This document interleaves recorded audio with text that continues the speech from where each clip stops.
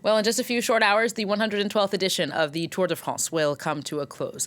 The 21st and final stage today is a 132-kilometer-long ride from the Paris suburb of Mantes-la-Ville to the iconic Champs-Elysées Boulevard in the capital. It features 3 ascents in the historic neighborhood of Montmartre as well.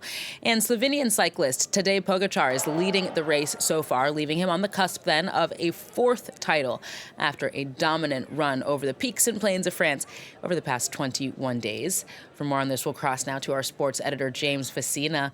Hi, James. So this is the first time that the Tour de France cyclists will be riding through Montmartre then. Tell us more about that. Absolutely first ever time that is happening on the Tour. They'll be coming all the way up to here to Montmartre before going down to the Champs-Elysées. And you do actually wonder why it's taken so long for them to perhaps decide to do this, because I can tell you now there's already hundreds of people who've gathered here waiting for the races to come through, the riders to come through later in the afternoon. And just look at the view that you got behind me. For anyone who's been to Paris before, they might recognise that we're at the top of the Butte de Montmartre with the Basilica de Sacré-Cœur just behind me here. And so we'll be seeing all the teams making their way through just here. They'll be coming up towards the Butte, going around the Butte 3 times. That is the climb that there is here, because normally the final stage is pretty flat around Paris, but this is going to be adding a little bit more of a show. There's going to be then that climb up to here.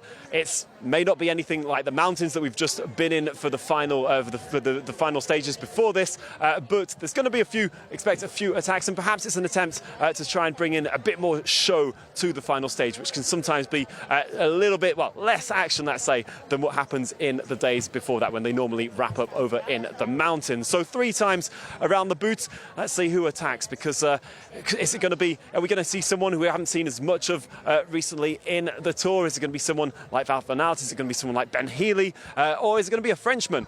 Kevin Vauquelin is currently 7th in the general standings, and a nice stage victory. Wouldn't be saying no to that. Expect atmospheres to go wild in case a Frenchman does. But there are a lot of people here also are tourists, of course. It's tourist season in the middle of the summer, of course. But do not rule out the likes of Tadej Pogacar, the current leader, who's very comfortably, if everything goes well, he has enough leads as things stand, 4.5 minutes lead to go and win the Tour today. But he's won 4 stages already. He'll be more than happy to add a 5th one to that. So I don't think he's going to take it easy. He's got the capacity to do it. And this, crucially, with the climbs that they're going to have this time, it's going to provide that more spectacle there. Just to give you an idea, it's of course the very historic and smaller, narrow roads that lead up to here in Montmartre.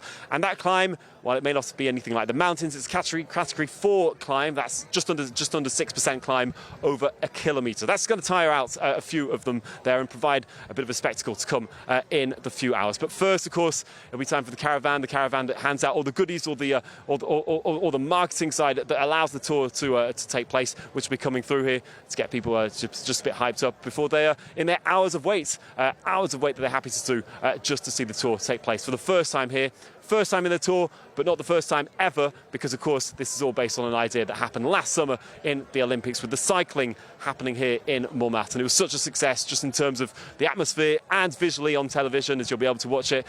It was just such a success that, of course, the Tour has decided to go ahead and do that and finish in the iconic Champs-Elysées at the Arc de Triomphe. Lots of suspense, it sounds like, even up until the very end. James Vasina, thank you very much.